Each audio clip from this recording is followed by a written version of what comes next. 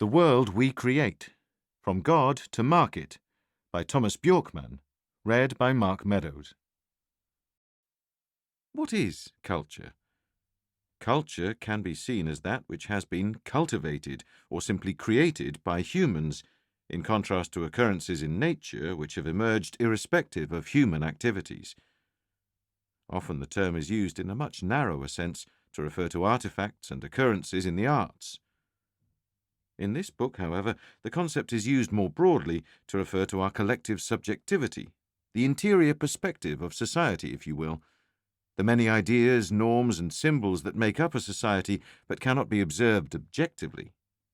A culture is all the immaterial phenomena that exist between subjects and make up a greater whole, the intersubjective dimension of society. We saw in Chapter 2 how our shared symbol worlds, our collective imaginaries, are ultimately held together by the narratives that carry our intersubjectivity.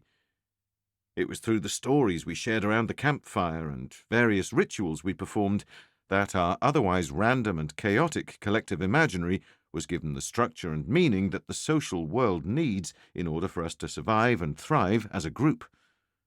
It is the same today.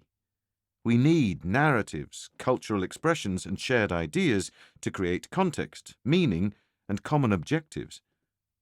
In the corporate world, which I am quite familiar with, we talk a lot about corporate culture. I have in this book consistently used the term societal culture to show that I am referring to something broader than art, literature, and theatre when I use the word culture. So, just as the term corporate culture does not only revolve around the cultural expressions and experiences that the company sponsors or the works of art to decorate the walls in office corridors, neither does societal culture only revolve around the art that hangs on the walls in museums, but rather the culture that hangs on the walls of society itself. In the corporate sector, there is a broad practical understanding of the significance and possibilities of culture, perhaps even more so than among academics or politicians. There is an understanding of its significance in marketing and lobbying to influence our values and societal norms. Practical knowledge about how to shape society's values and norms, consumer behavior, and political decision-makers so as to serve the interests of corporate interests has been widely available to companies for decades. But above all, many corporate leaders understand the significance of the inner culture to the success of an organization. In modern management literature, there are many who argue that the most important task for the management of a company is to establish the right culture in the organization. With a well-honed company culture, everything else tends to fall into place. So, what if the same applied to society's culture? Culture as a bearer of our collective subjectivity. When we experience reality and orient ourselves in everyday life, we always, unless we are newborns, start from the culture we are part of. Every moment of our lives is born from culture. It shapes our very emotions and most intimate experiences, and even follows us into our dreams. Even if we to a large extent share emotions and perceptions with other animals, our experience of sensory impressions is shaped and coloured by our culture and its symbols, meanings, and sentiments. One way of phrasing this is that culture bears our subjectivity. On the one hand, our subjective reality is always inaccessible to others. We cannot in any real sense feel with others' hands, see with their eyes, or hear each other's thoughts. But on the other hand, all these experiences adhere to a meaning-creating structure that is highly impersonal. An overarching contextual framework of meaning that has been co-created by other people who have lived before us and is continuously recreated and further developed by people in our surroundings and others in our cultural sphere that we never meet. This constructed world of mutual meaning, shared norms and symbols and truth criteria makes up the inside of our society, the intersubjective domain of our social reality. As such, culture also bears our collective subjectivity. But how can anything as personal as our subjectivity be collective? Illustrating how we can fail to achieve intersubjective understanding might help to explain this circumstance. Imagine that you travelled back to the Middle Ages and tried to explain a concept such as corporation to the people who lived back then. Where would you start? It is a registered organisation that is treated as a legal entity, you could explain, yet no one understands. You could then go on to say that it is a value-creating association with the purpose of generating profit for its owners, and that it can be owned by a number of different shareholders who can freely sell their parts on the stock market. Still, no one understands what you are talking about. The more you try, the more you entangle yourself in references to the modern industrial society's way of thinking and functioning. You could go on to explain that corporations make services and/or products to be sold on the free market, that the owners, depending on the size of their share, can vote on who should be on the board of directors, who in turn decide who shall be CEO and whether profits shall be reinvested or paid out to the shareholders, while the employees who do the actual work only have a legal right to their wage, no matter how profitable or unprofitable the company is. All of this relies on voluntary agreements between wage earners, managers, and owners, professional and impersonal relations that are shaped by a number of legal regulations. However, none of this, despite how detailed you try to explain what a corporation is, can be understood in a medieval context. They may understand that it is a group of people who work together, but the notion of the free-floating spirit in our social world that is the essence of the company would probably be entirely lost on a medieval person. A reason why it is so difficult to explain things out of someone else's contextual framework is because signs can only refer to other signs, as pointed out by Derrida. All the signs we have available to describe the meaning of the term corporation refer to yet other signs just as incomprehensible to our medieval ancestors as the very concept we are trying to explain. Everything we say and do is permeated by subtle impressions, sentiments, and associations that require prolonged exposure to modern society with its cities, factories, and offices. You might be able to convey a vague image, but hardly a complete understanding.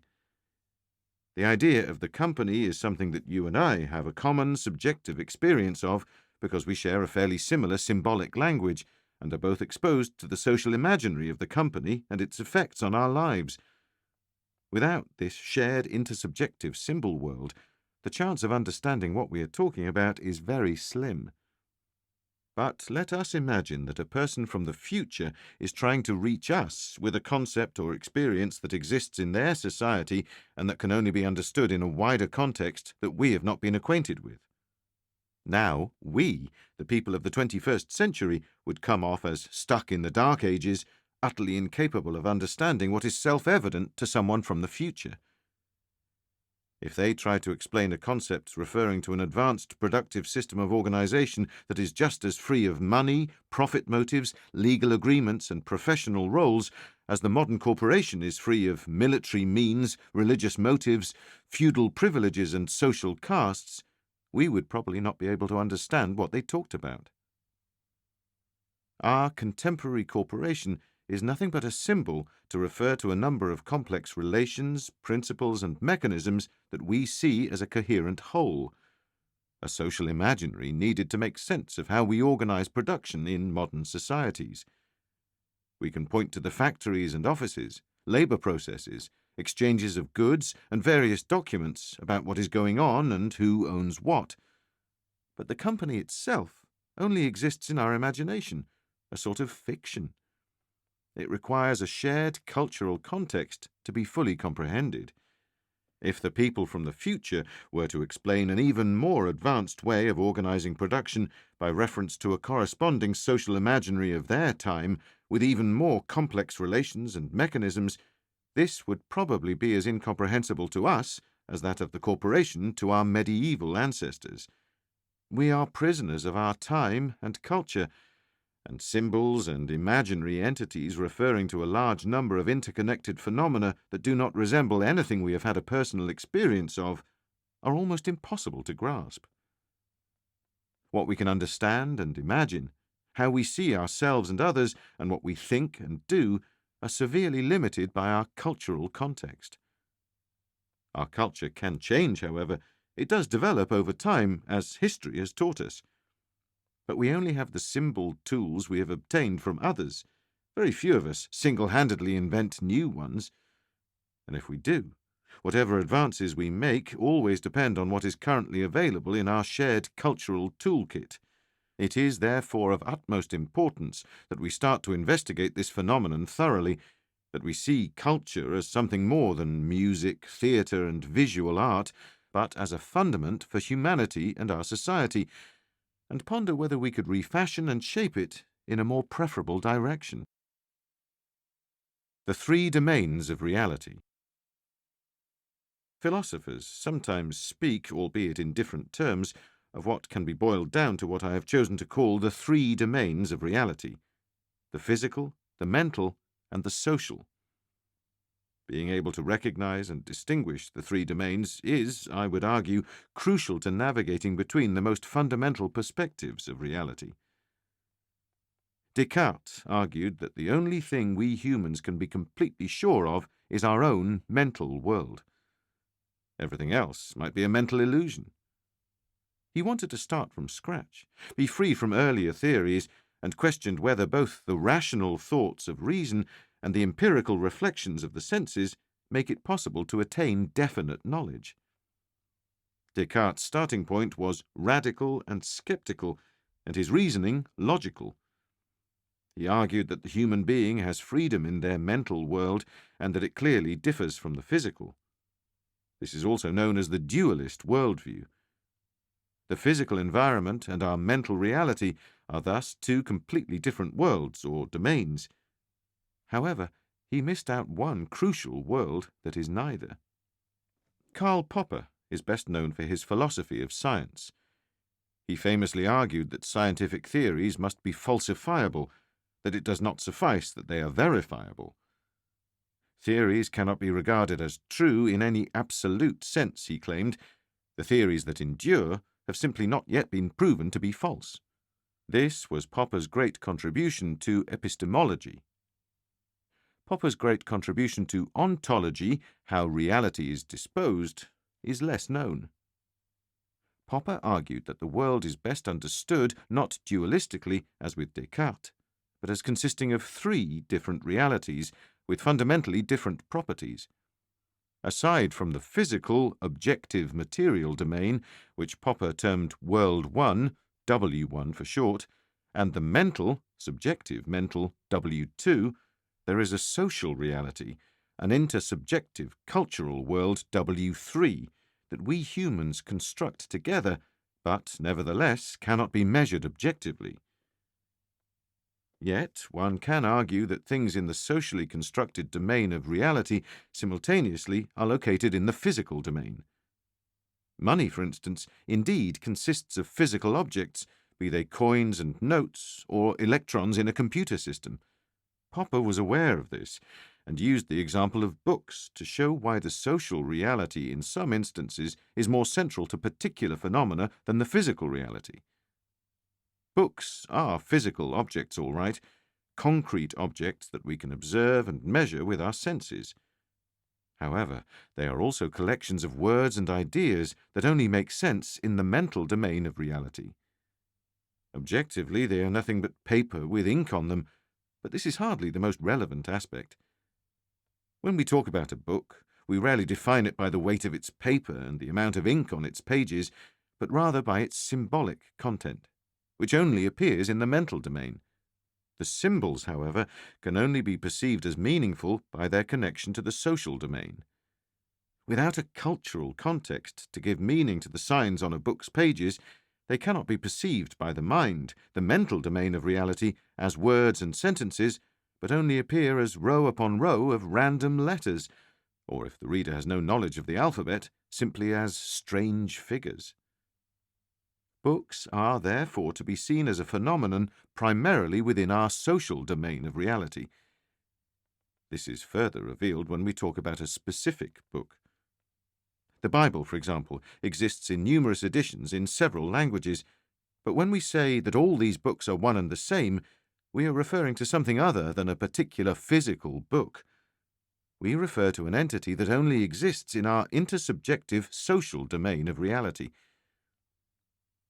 The idea of three different domains of reality has been a recurring theme in philosophy.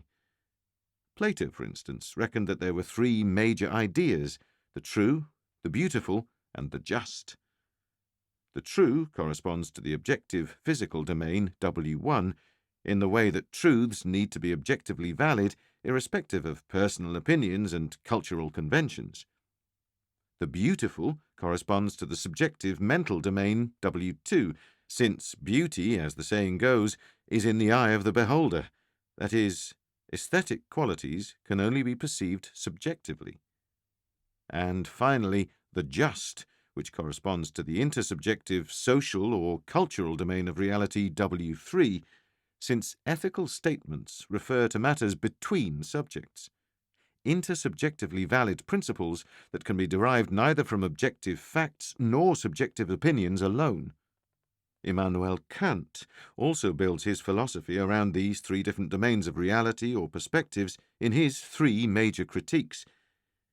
In the Critique of Pure Reason, he studies the way in which the human mind acquires knowledge about the world, basically how we create objective truths. This is the one with the Ding an sich, W1. His second critique, the Critique of Practical Reason, is concerned with ethics, the one with the famous categorical imperative, W3. And in his third and last critique, the Critique of Judgment, he investigates the human mind's capacity for aesthetics and teleology, subjective aspects that correspond with the mental domain of Popper's W2. In contemporary philosophy, Jürgen Habermas, who is regarded by many as the greatest philosopher of our time, similarly argues that language consists of three different truth criteria that we inevitably relate to when we speak. With every speech act, he argues, the speaker relates to something in the objective world, W1, something in a common social world, W3, and something in their subjective world, W2. As you may have noticed, Habermas refers to the very same domains proposed by Popper. Habermas argues that each of these contains its own distinct truths that cannot be reduced to each other. Validity claims should be subjected to their own type of evidence and thereby be controlled for their actual validity. Speech acts relating to the objective world claim to be propositional truths, objective states of affairs that require empirical evidence to be validated. This is distinctly different from the validity claim of those speech acts relating to the social world that refer to normative rightness, which are validated if they correspond with legitimately regulated interpersonal relationships. Claims of moral truths need to be intersubjectively verified, in other words. This, again, is profoundly different from the validity criterion of the subjective world, which can only be verified by reference to the attributed truthfulness of a subjective experience, the perceived sincerity of a person to make a claim regarding a subjective mental experience. The different sorts of truths within each of these domains, and the circumstance that none of these can be reduced to or deduced from another, also explain the error of the naturalistic fallacy that Hume pointed out, that an ought, the just, W3, cannot be derived from an is, the true, W1.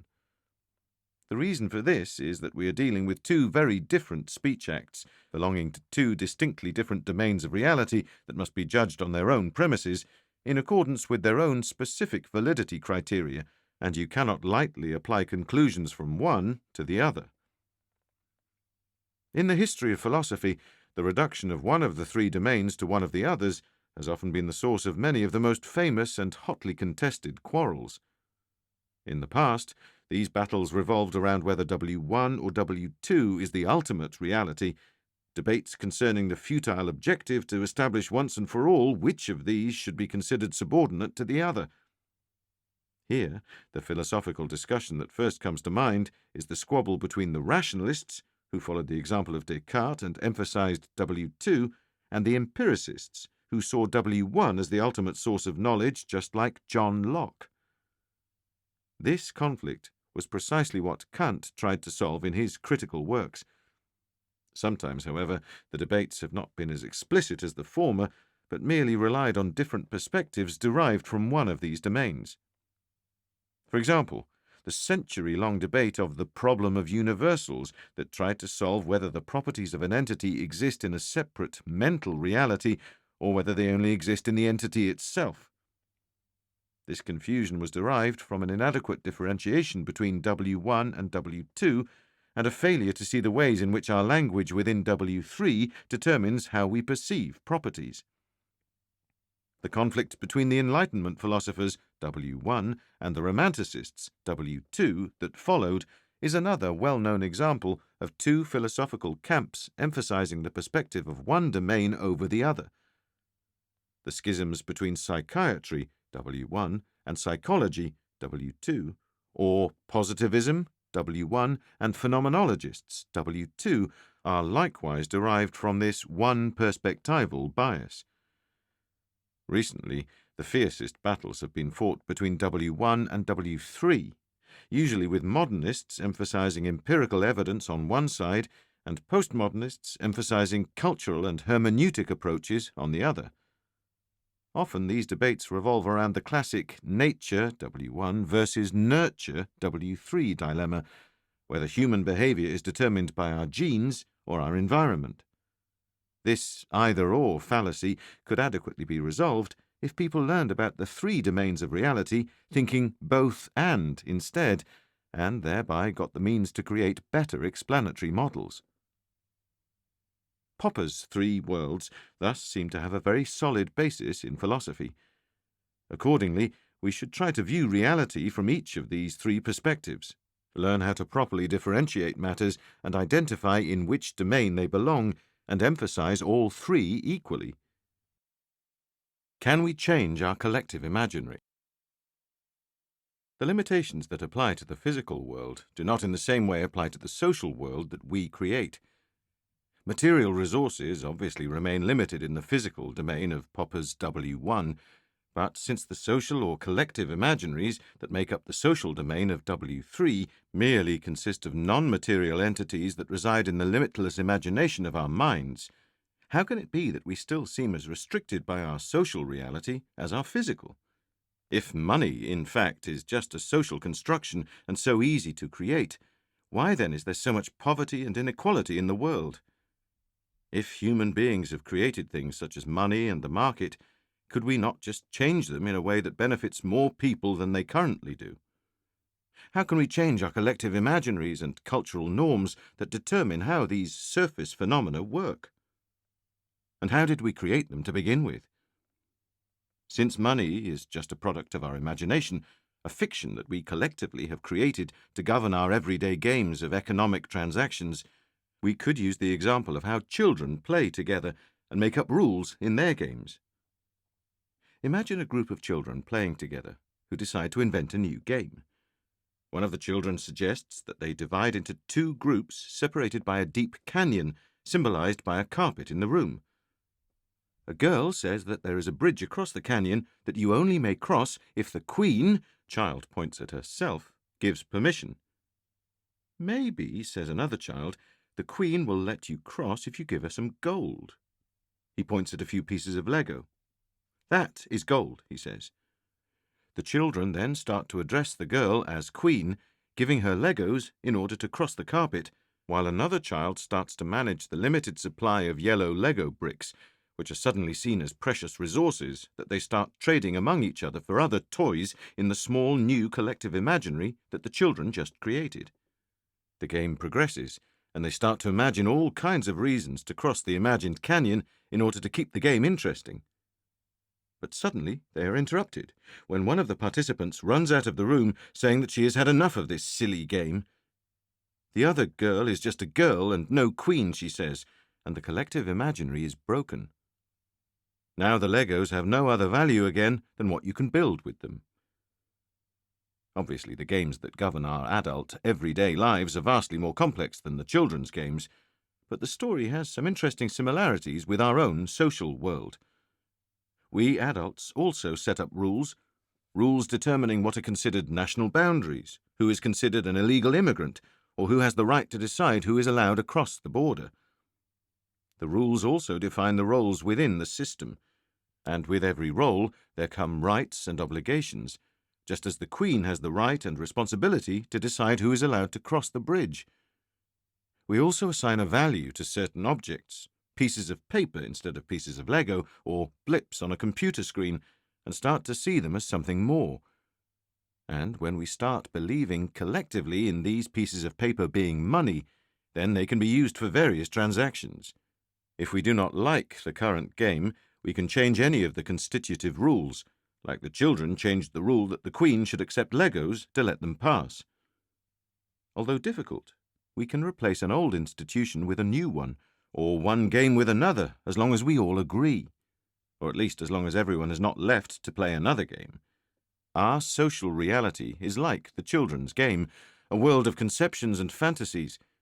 It is a result of our collective conception and can only exist as long as a sufficiently large number of people believe in it and play the same game with the same rules. This social reality is also rather fragile. It only exists because people believe it exists. But this does not render it any less tangible or real. However, there are many important differences between children's games and our social reality. In the game described just now, the carpet serves as a canyon and the pieces of Lego as money. In our social world, we obviously cannot create a canyon by simply saying, "This is a canyon," W1, but we can decide that certain geographic areas are national borders and that some objects shall be valid as means of monetary transaction, W3. It is also worth noting that when a child suddenly drops out, it can easily do so. For us, as members of a society, it is not quite as simple to leave. We can, of course, commit suicide or become refugees, but in the latter case we still remain participants in the game, albeit in another part of the world and with a partially different collective imaginary. Normally, however, we cannot just leave the social world. If we started to say that the Queen no longer is Queen, or that those pieces of paper no longer are money, we would be regarded as odd, or maybe even insane. Few would care about our proclamations. Unless we accomplish the unlikely feat of a revolution, queens and money continue to have the same functions whether we like it or not. Perhaps this is why it is so easy to take our collective imaginary for granted and regard its limits in the same way as the limits of the natural world. Our collective imaginary often appears just as difficult to change as natural phenomena and tends to affect our lives just as much. But this does not mean that we cannot change it. In theory, we can, as a collective, decide not to regard those pieces of paper as money and, in a flash, the paper would cease to be money. And, through a referendum, we can likewise decide that the United Kingdom should cease being a monarchy and thus turn the Queen into a normal citizen. We do, in other words, collectively have the option of remaking our social world. In 1967, before he became Prime Minister, Olof Palme was Minister of Transport in Sweden. The Swedish Parliament had a few years earlier decided that it was time for motorists to drive on the right side of the road. The whole thing was carried out, after extensive planning, on the night before the 3rd of September the same year. The trams in Stockholm were taken out of service, and old buses were replaced by new ones with the doors on the other side. Had it occurred 70 years earlier, it would have been a simple task. In 1897, a driver only encountered few other travellers, and it hardly mattered whether they passed each other on the right or the left. But in 1967, traffic was so intense that it was necessary to have regulations for which side of the road to drive. The number of roads, cars and trams made the switch to driving on the right a major project, but one that was still possible to achieve overnight. It needed to be. The idea to change which side of the road we should drive on emerged from speculations and prolonged debate over several years until it became the subject of political decision. And then, after years of careful planning and plenty of information campaigns, it suddenly, literally overnight, became a social reality that no one could reject believing in without risking their own and others' lives. In the same way, it is possible to change many of society's fundamental principles in a considerably short time span if we thoroughly investigate how they can be improved, muster the political will to change them, and make the necessary preparations and careful forward planning to implement them in a considerate manner. Our social world is created by us, and we can change it if we decide to do so, collectively. It was the sociologists Peter Berger and Thomas Luckman who helped me understand this. The year before the Righthand traffic diversion in Sweden, Berger and Luckman released their groundbreaking book, The Social Construction of Reality. This book laid the ground for the school of thought that came to be known as social constructivism. Their great insight was that many aspects of the social world that we naively perceive as eternally given by nature have been created by humans, often unconsciously. In other words, we often tend to mistake Popper's social world 3 for the objective world 1. The theory of social constructions contributed to a deeper understanding of culture and came to be one of the leading societal theories within postmodernism. In The Social Construction of Reality, Berger and Luckman demonstrate the following. Society is a product of human actions. Society is perceived by humans as an objective reality. The human being is shaped into a social creature by their society. The human being reproduces society. The starting point, according to Berger and Luckman, is that human beings, after they have separated themselves from their instinct-driven existence, have acquired completely new fundamental properties. These properties have given rise to a number of processes that have made us shape our world that will be presented in the following. Habits and externalization. In contrast to animals, who more or less run on autopilot based on their instincts, at least in Berger and Luckman's simplified presentation, which indeed does not clearly define instincts or take animal species differences and ethology, the theory of animals' behavior, into consideration, humans can direct and use their energy in many different ways with a number of possible choices. To balance this, our activities tend to become forces of habit. Habits help us govern our desires and impulses, which otherwise would have lacked a fixed objective, and thus function as a stabilizing factor. Habits require minimal attention and reduced time spent on decision-making, which simplifies existence and frees up energy for other activities. Since we rely on habits to direct our efforts towards recurring actions, we can also practice and learn specific abilities that are of use in society. Routines also make social collaboration simpler and more predictable. This paves the way for the specialization of functions that is typical of a society and which has been decisive for its development. Berger and Luckman further argue that the human being creates a steady outpouring of itself through its activities. As we leave traces in the environment in the form of our habits, these spread to others who have not themselves participated in shaping them. This externalization of our activities produces the social order and thereby the stable environment that serves our survival and efficiency. Institutions and Objectivization. Berger and Luckman referred to those habits that have been externalized in society and secured a foothold, thereby coming to be shared by new groups of people, as institutions. Other people are then schooled into these from birth, for example in the ways adults might explain to children the roles of men and women, which gods and authorities to believe in, which customs to follow, or how money functions. The institutions now exist as social facts, and people take them for granted since they are born into them. Instead of viewing money as debt recordings, for instance, which the first humans to come up with the idea that these could be used as means of transactions probably did, the next generation would be more likely to have forgotten this origin and started to see the bits of metal or whatever means used in everyday transactions as having some intrinsic worth of their own. The institution has thereby been objectivized and thus exists independently of those who once gave rise to the habits. The institution is then by later generations experienced as an objective reality and more than a human product. W3 becomes W1, so to speak, not in the sense that we mistake it for natural phenomena and physical objects, but in the way that we perceive social conditions as given facts that cannot be changed. We may smile at the cute perceptions of indigenous peoples who see their rituals and spirit beliefs as objective truths they do not realize they have created themselves, but modern people are no less susceptible to beliefs in imaginary ghosts, such as nations, money, and market forces.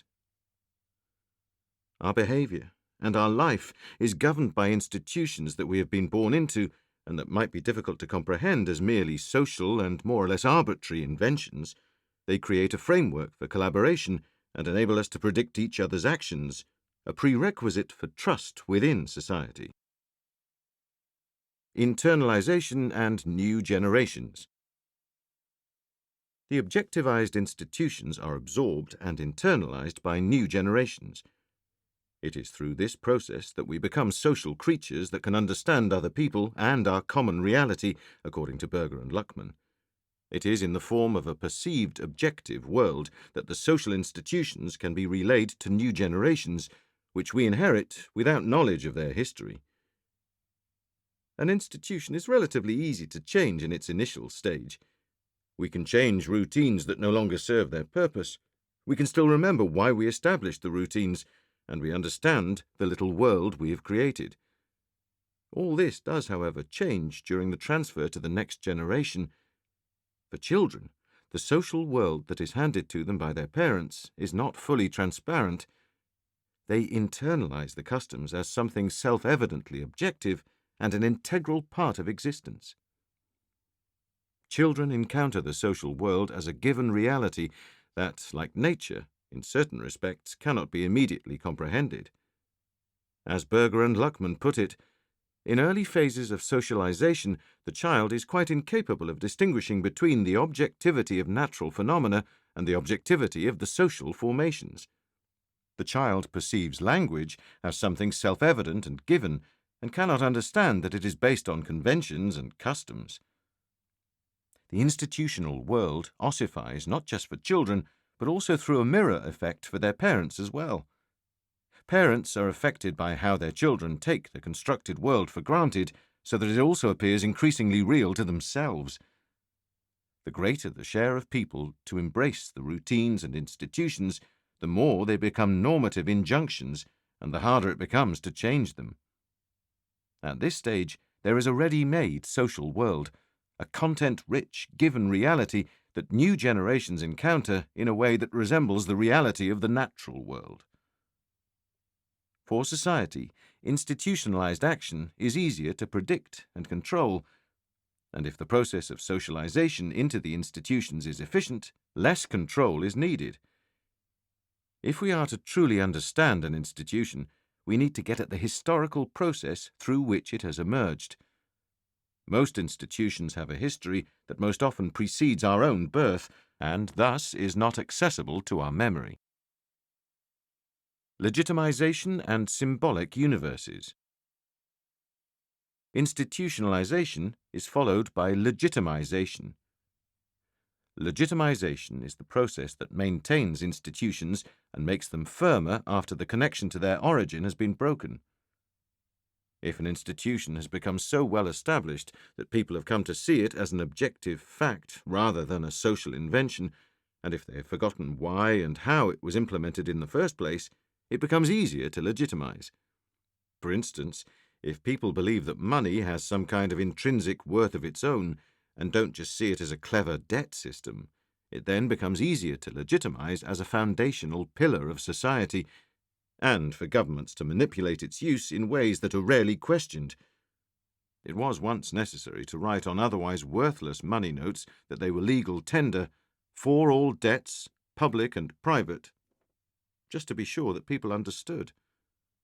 It was even thought necessary to stress that people had a legal obligation to accept paper money for transactions. That is hardly required any more. The institution of money currently has such strong legitimization in our social world that few of us ever ponder its imaginary properties. And even if we do, the fact that this institution is so well established, that so many of us believe in it, means that we cannot deny its abilities to shape social reality. Legitimization contributes to make the objectification of the institutions appear more reasonable and just. Various means are used to legitimize an institution, such as laws, norms, authority figures, and symbolic customs, many of which being institutions themselves that fortify and support each other in a positive upward spiral of mutual reinforcement and increased legitimization. Legitimization of an institution always entails an explanation and a defense. The explanation makes clear what role one has within the context, for instance within a social hierarchy, what designation one has, and what applies in a formal sense, for example as a parent, physician, chauffeur, or newlywed. The defense makes clear what applies to this role within the structure, what is right and wrong to do, think, and say. A secretary, for instance, is not expected to offer any opinions on a manager's decisions, nor is a child expected to decide how long the parent can stay out at night. The legitimization can be divided into 4 levels, which can occur in parallel. Language concepts can imply a certain behavior or action, e.g., the designations cousin, boss, or salesperson, for instance, which imply a certain relationship and expected behavior both by and to that person. The designations dinner party, conference, or teaching also contain similar behavioral prescriptions. Many language concepts thus entail directives. Simplified explanatory schedules. These comprise proverbs, idioms, moral maxims, words of wisdom, legends, folk tales, etc. An explanatory schedule is a package of sentences, values, and guidelines that can provide guidance for behavior and thinking. For example, proverbs such as "every man is the architect of his own fortune" or "once bitten, twice shy" harbour more comprehensive messages that can be understood at a more abstract level. A moral maxim such as "do unto others as you would have them do unto you" provides guidance for one's behavior.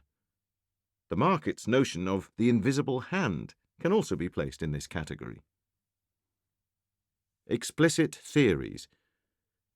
This pertains to elaborate theories that are developed and administered by specialists within an area and that can provide specialization for those who choose to study the theories. Such more detailed specialist knowledge may, for instance, be found within a particular research area or an academic discipline. The field can give rise to an internal, growing world with its own terminology and further explanations. Symbolic universe. This is an all-encompassing frame of reference, as all phenomena and experiences can be said to be interpreted within this symbolic totality. It entails large symbol worlds such as a certain religion or scientific tradition that refer to other realities than those that are part of daily life experiences.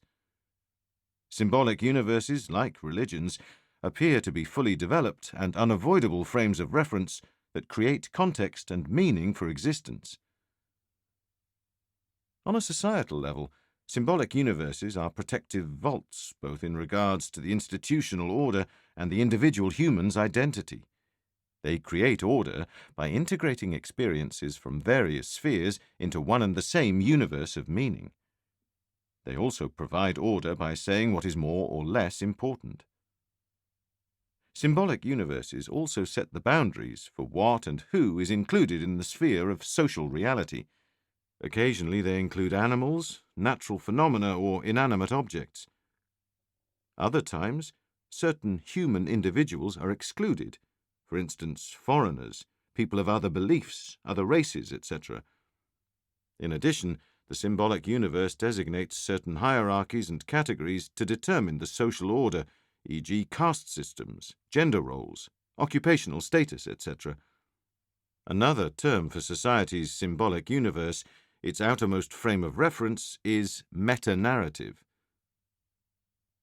Berger and Luckman's theories can help us understand how we socially construct and reproduce our culture, how our social world in turn shapes us into the people we are, and perhaps how we can make culture and the whole of our collective imaginary an object for deliberate reflection so that we can come to shape our culture before it in turn shapes us.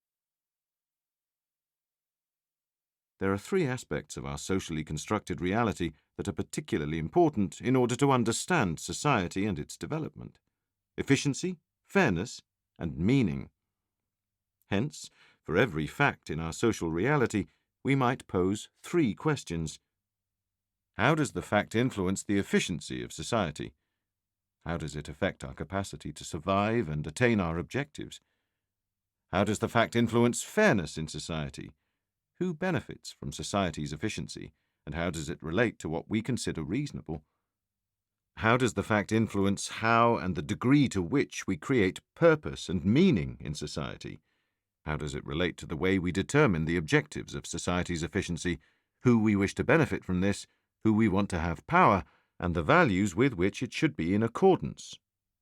In what ways does it support and direct our individual and collective meaning-making? What values and actions will it promote?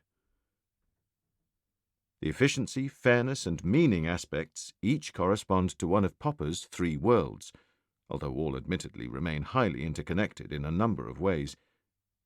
Society's efficiency largely depends on our capacity to understand the physical world one, and to investigate how we can generate maximum utility from observable, factual affairs. As mentioned, however, we cannot derive any ethical guidance from this objective world of is, only what works. The fairness aspect addresses that which ought to work and corresponds with the social or cultural world of World 3. Fairness is the most crucial issue within the ethics of society. Who gets what? Who should be in charge of giving it to them? What are people not allowed to do? What should happen if they still do it? And who should be the ones to make all of these decisions, on which principles and with which means and authority available to them? We can only answer these essential questions by reference to valid claims of normative rightness within World 3, and the better we understand the manifold properties and intricate mechanisms of social relations in this domain, the more justice, harmony, and societal cohesion can we build into our social constructions. However, we can neither identify nor create the meaning that both society's efficiency and power order depend on from W3, only what ought to be. Fairness, yes, but not how that should give rise to feelings of meaningfulness. To find meaning, we need to look inwards, into our own subjective world of sensations, emotions, and thoughts, the W2. In here, we can investigate what feels meaningful, what we think is true, just, and beautiful. All of that we ultimately perceive as good. Objectives worth striving for, persons and other beings that we care about, and all the things that make life worth living. The better we understand our own mind, the more likely we are to understand others, and with that, what is most important to our society, our culture, and ourselves. If we balance these three aspects with each other, and if we learn how to differentiate between Popper's three domains of reality and thoroughly investigate the intricate mechanism of each and how they interact, we will be able to develop our society and culture to a degree that substantially increases our efficiency, fairness, and meaningfulness. Currently, however, it seems as if we have emphasized one aspect over the others: efficiency. Many voices are therefore urging that we start to make fairness a much greater concern, and rightly so. But I believe that we have to stress the importance of higher levels of purpose and meaning as well. This can only be achieved by a cultural and, for lack of a better term, spiritual development of our world. We might also refer to the latter as psychological development. This is something that once again needs to be cultivated rather than implemented from above, a long-term project that will take generations of deliberate development. And even though we are dealing with a much less tangible and rather ambiguous matter compared to the usual surface phenomena we usually take as our objects for societal improvement, the gains can be all the greater if we actually succeed. If we change how the human being perceives the world, we change the world. And this we need to do collectively.